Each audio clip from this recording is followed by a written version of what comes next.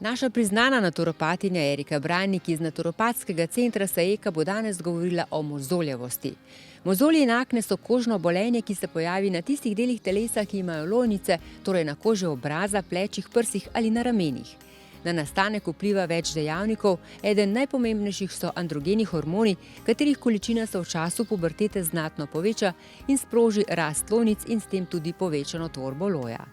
Ta skupaj s kožnimi luskami in bakterijami napolni mešiček lojnice in jo zamaši. Nekateri strokovnjaki sicer trdijo, da dosedanje raziskave niso potrdile povezave med hrano in nastankom mozoljev. Nives Jurman, farmacevtska tehnica, pa meni, da akne poleg hormonskih sprememb med odraščanjem pospešujejo tudi napačna prehrana, motnje v delovanju črevesa in želodca ter duševne obremenitve in stresi. Mozoljevost je težava, s katero se spopada 80% mladih med 12 in 25 letom starosti.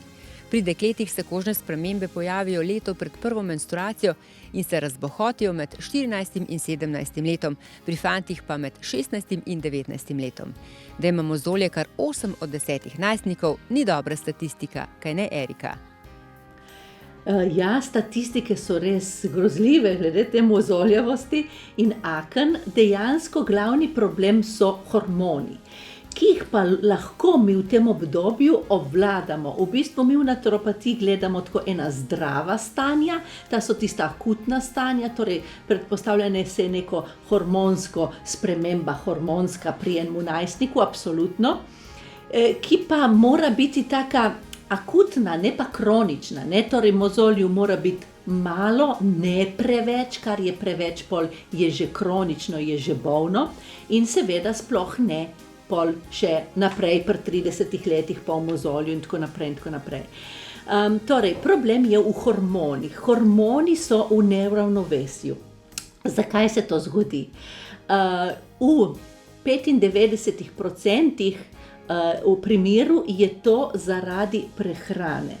In sicer mi, ko uživamo, torej naša prehrana, mi zdaj ljudje v Evropi ne umiramo zaradi pomanjkanja hrane, ampak dejansko imamo veliko zdravstvenih težav zaradi kvalitete živil. Veliko je bele moke, veliko je sladkorju, veliko je sprocesiranih tudi mesnatih izdelkov, torej salame in take stvari. Vsi ti izdelki imajo visok glikemični indeks, ki dejansko dvigne glukozo v krvi in sproži inzulinsko nihanje, ki dejansko spodbuja lojnice, da izvajajo več sekrecije. To pomeni, da tisti mozoljčki, ki so bili majhni, postajajo vedno večji in se lahko spremenijo tudi v akne. In temu procesu ni konca, dokler mi telesu dajemo napačna navodila z hrano. Recimo, da mojih strank enih 30% manj takih, ki imajo težave, so imeli težave z mozolji. Dosti je mladih najstnikov, ampak v pravi pride tudi to v starosti. V zrelem obdobju, no, tako bomo rekli. In dejansko imamo 4 korake, tiste, ki so ključni.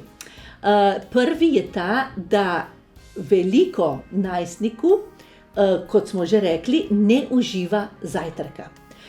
Zjutraj je treba vstati, se mudi, se je treba umiti in takoj v šolo, na avtobus ali kakorkoli že, torej preskočijo zajtrk. Zajtrk je pa ključen, da nahranimo pravilno hormone. Tudi vemo, star slovenski rek, kraljevski zajtrk, siromaška večerja.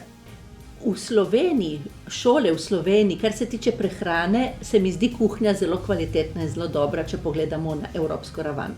Absolutno. Problem je, recimo, ko imajo te najstniki izbiro, srednja šola, takrat za malico, kosilo gredo recimo pojesti tisto pico, burek, torej ta hitra fast food hrana, ker dejansko spet sproža ta inzulinska nihanja in tudi glede na urnik, ki ga imajo lekcij, ni stalnice, ne. Zelo pomembno je, da mi imamo določeno uro za zajtrk, recimo od 7 do 9 zjutraj, kosilo med 11 in 1:30 in večerja med 6 in 8 zvečer. Tako da predstavljali smo si v vojski, v hotelu, ne, da imamo zmeraj ene in iste etape, ne, da uživamo kosilo ob 4 popoldne, uživamo zajtrk ob 10 zjutraj in uživamo večerjo ob 10 zvečer. To niso prava navodila za naše telo ki proizvaja hormone in ko dobi napačna navodila, napačno proizvaja hormone.